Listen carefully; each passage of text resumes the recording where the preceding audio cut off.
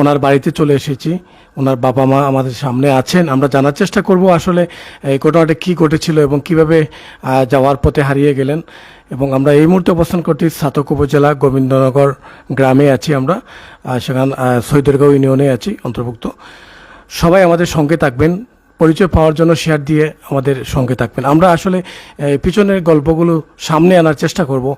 এই লিবিয়া বাংলাদেশ থেকে যারা যান বাই রুটে, তাদের আসলে তাদের প্রাণ যে কীভাবে চলে যায় এই টাকার কারণে, এই স্বপ্নে ইউরোপ যাওয়ার পথে অনেকগুলো রাস্তা, বৈধভাবে ইউরোপ যাওয়ার রাস্তা আছে, আপনারা জানেন, যেগুলো ওয়ার্ক পারমিট আছে, অন্য অন্য রাস্তা আছে যাওয়ার পথে। কিন্তু বিশেষ করে লিবিয়া করে যারা যান তাদের কিন্তু ভয়ঙ্কর একটা অবস্থান থাকে সেখানে।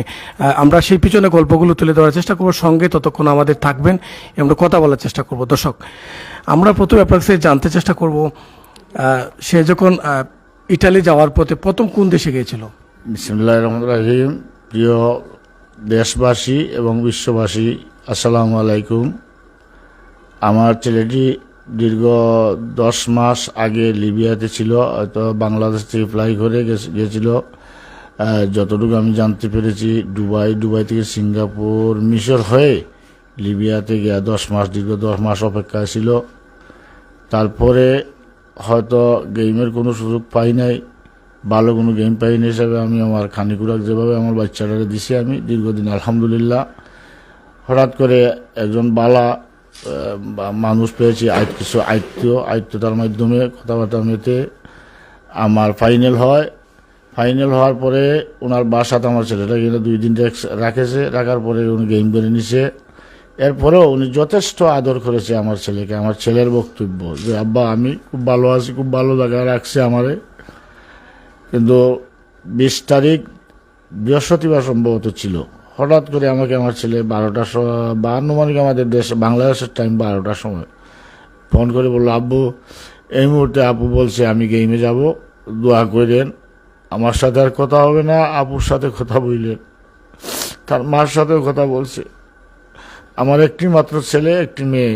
মেয়েটাকে তখন ঘুমেছিল, আমরা আর জায়গায় নাই। আমাদের সাথে মা বাবার সাথে কথা বলি, আমার বাচ্চাটাকে গেছে। যাওয়ার পর আমি তাদের সাথে যারা আসছিল, বর্তমানে ইটালি আছে, আলহামদুলিল্লাহ বাচ্চাগুলোর দান করুক আল্লাহ, সুস্থ রাখুক, আমি চাই তারা কামনা করি। আমার বাচ্চাটা 3 দিন, আমি ওদের বক্তব্য 2 দিন ওরা সাগরে বাসমান অবস্থায় আসলো। তারপরে এই দিন রবিবার ছিল, রবিবার সম্ভবত 23 তারিখ না 24 তারিখ ছিল। সকাল 9টায় আমার বাচ্চা বলছে যে যারা সাথে ছিল তাদেরকে বলেছে যে লেনুসা দ্বীপ বলে একটা জায়গা, আমি তো জানি না, ওরা বলছে হিসাবে আমি জানি। লেনুসা দ্বীপ দেখছে, বালিগড় দেখছে হিসাবে লাভ দিয়ে মাদারীপুরের কয়েকটা ছেলে, একটা ঢাকা ডেমরা আর আমার ছেলেরা আল্লাহু আকবার ধ্বনি দিয়ে, আল্লাহকে দান সপে দিয়ে, সবকিছু সপে দিয়ে সাঁতারে পড়েছে। সাঁতারে পড়ার পর থেকে এখনো আমার বাচ্চা কোথায় আছে, ওই বাচ্চাগুলোর কোথায় আছে এখনো সন্ধান পাই নাই। আমি বাংলাদেশ সরকারের মাধ্যমে বিশ্ববাসীর কাছে এবং জাতিসংঘের কাছে এবং ইটালি উদ্ধারকারী সংস্থার কাছে, যত ধরনের সোর্স আছে তাদের কাছে আমি চাইব যে অন্তত আমার বাচ্চাটা কিভাবে কি আছে, কোথায় আছে, কিভাবে আছে, আমি সন্ধানটা চাই আপনাদের মাধ্যমে। আমি ধন্যবাদ জানাই প্রায় সিলেট আজকে আসছেন, আমার দুঃখী হয়ে ওনারা শেয়ার করেছেন, আমি ওনাদেরকেও ধন্যবাদ জানাই। গতকালকেও যারা আসছিলেন আমি তাদের প্রতি কৃতজ্ঞ। আপনাদের মাধ্যমে অন্তত কত বিশ্ববাসী জানতে পেরেছে আমার বাচ্চাটা এখন পর্যন্ত নিখোঁজ। আমি একটি কথা বলবো, আমি আমার বাচ্চাটার সন্ধান চাই দয়া করে।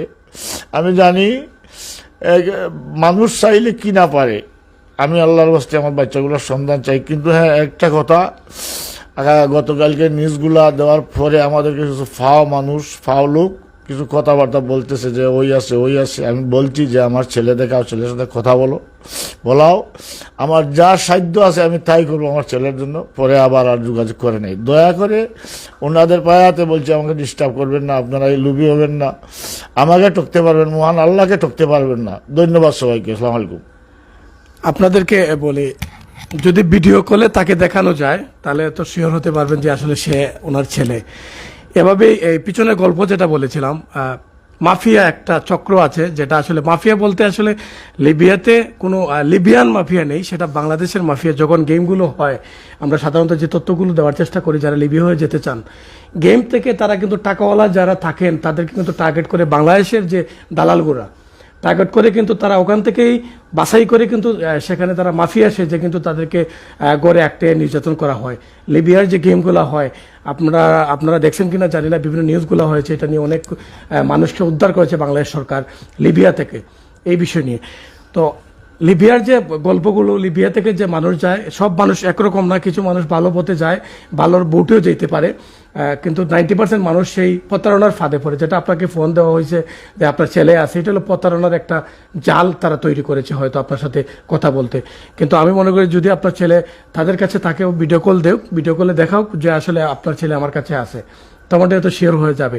তো আমরা সবসময় আপনাদেরকে বলি, দর্শক যারা আছেন পিছনে গল্পগুলো সামনে আনার চেষ্টা করি আপনাদের।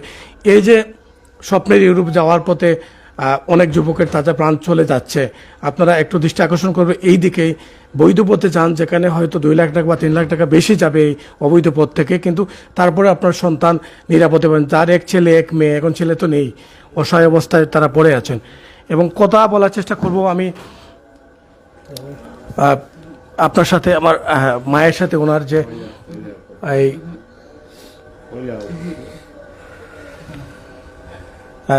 কথা বলবেন না, আসলে কথা বলার কিছু নেই, বাসা হারিয়ে ফেলেছেন, যেটা সবসময় যে ঘটনাটা ঘটে থাকে আপনারা জানেন যে একটা মা সন্তান হারালে কতটুকু কষ্টে থাকে, বাবা কতটুকু কষ্টে থাকে, সেটা আপনারা অবশ্যই অনুভব করতে পারবেন।